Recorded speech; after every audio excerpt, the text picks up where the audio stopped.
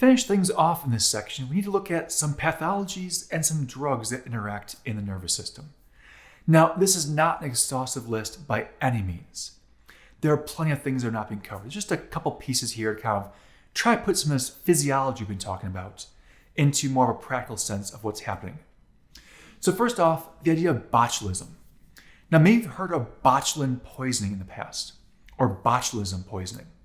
Every so often it comes out in the news that there's this rash of poisonings of botulinum toxin, and there's a recall coming in. Well, what's really happening? What's going on here? Well, botulism has an issue with acetylcholine. So in this case, acetylcholine release is being inhibited by the botulinum toxin. That means your body can't release acetylcholine efficiently from the neurons. Now, if you think about that in context, all right, we know acetylcholine is released from the neuron in the neuromuscular junction. If that acetylcholine can't get to the muscle, what's going to happen? Well, does the muscle contract still? No.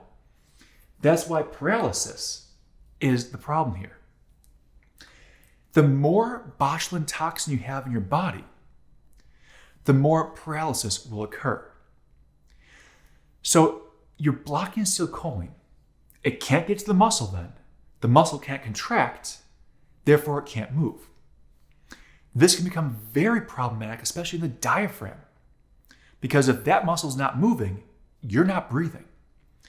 So botulism, the botulinum toxin, is going to inhibit acetylcholine release. And if you think about botulism, botulinum toxin, it kind of sounds like Botox. Yeah, that's fair. Because Botox also uses the botulinum toxin. Now, obviously, it's used in controlled amounts and it's meant to have only a certain effect, but same principle. It's blocking acetylcholine release, therefore the muscle can't contract. Muscle can't contract, can't have wrinkles. Another one, myasthenia gravis. Now, in this case, the acetylcholine is being released, but the receptors are being destroyed by your own immune system. So if you have the acetylcholine, but you can't have anything receiving it now, we're still having problems in the muscles. So in this case, it's muscle weakness. And as this disorder progresses, that muscle weakness can increase further and further and further. Because the acetylcholine just can't get the signal into the muscle. There aren't enough receptors to allow the binding of acetylcholine. So your body's basically destroying the receptors of acetylcholine. Alzheimer's. Now, I don't really have anything up here except for decreased acetylcholine, because there's a lot of research going on trying to figure out how to stop the decrease in acetylcholine or how to reverse it or how to help out this process. So there's tons of research. They know that there's a decreased acetylcholine level in Alzheimer's patients. The question is, how does that help? How do you reverse that? How do you deal with this at this point? So again, acetylcholine can be seen across a lot of different aspects. A couple of drugs to look at. We mentioned acetylcholine had nicotinic receptors, which means nicotine has an impact here. So we have nicotine binding acetylcholine receptors, those nicotinic receptors. It will cause excitatory effects. And this is one of the rationales of why it's so hard to quit smoking. If you stop smoking, that nicotine isn't binding these nicotinic receptors. You're not getting these excitatory, this good positive effect, because your body doesn't have as much of its own acetylcholine to bind. They're so used to having nicotine bind. So not having this same excitatory, this positive effect, kind of makes you not really want to quit, not stop, because your body's not feeling the way it used to. So that's the physical, the physiological aspect of how the actual nicotine addiction works. It's binding to these nicotinic receptors, causing the excitatory effect, giving your body the feeling of what you're having when you're smoking.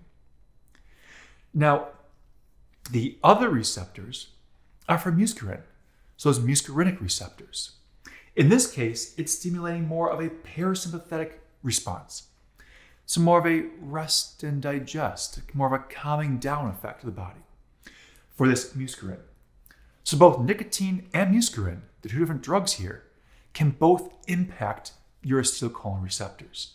The nicotine, muscarinic receptor for muscarine. The drug curare. Now, this one you might not have really heard of. Curare is more along the lines of something that's used in veterinary medicine sometimes, or more research facilities. The idea is it's meant to inhibit acetylcholine binding. So it's basically trying just simply to stop it from binding. Well, again, if you can't bind acetylcholine, paralysis is taking over. So curare, very small amounts of this stuff, can have a huge impact on the body. It's a very potent drug because it's completely stopping acetylcholine binding. Atropine. Now, atropine doesn't block the acetylcholine, it tries to outcompete it.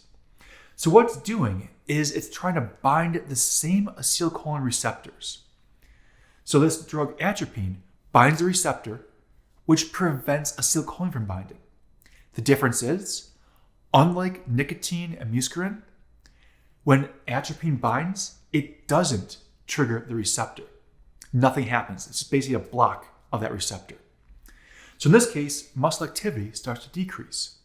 The more atropine, the more blocked sites, the less and less muscle response you can have. So it's kind of looking more like what we saw with myasthenia gravis, where the actual muscles are getting weaker and weaker.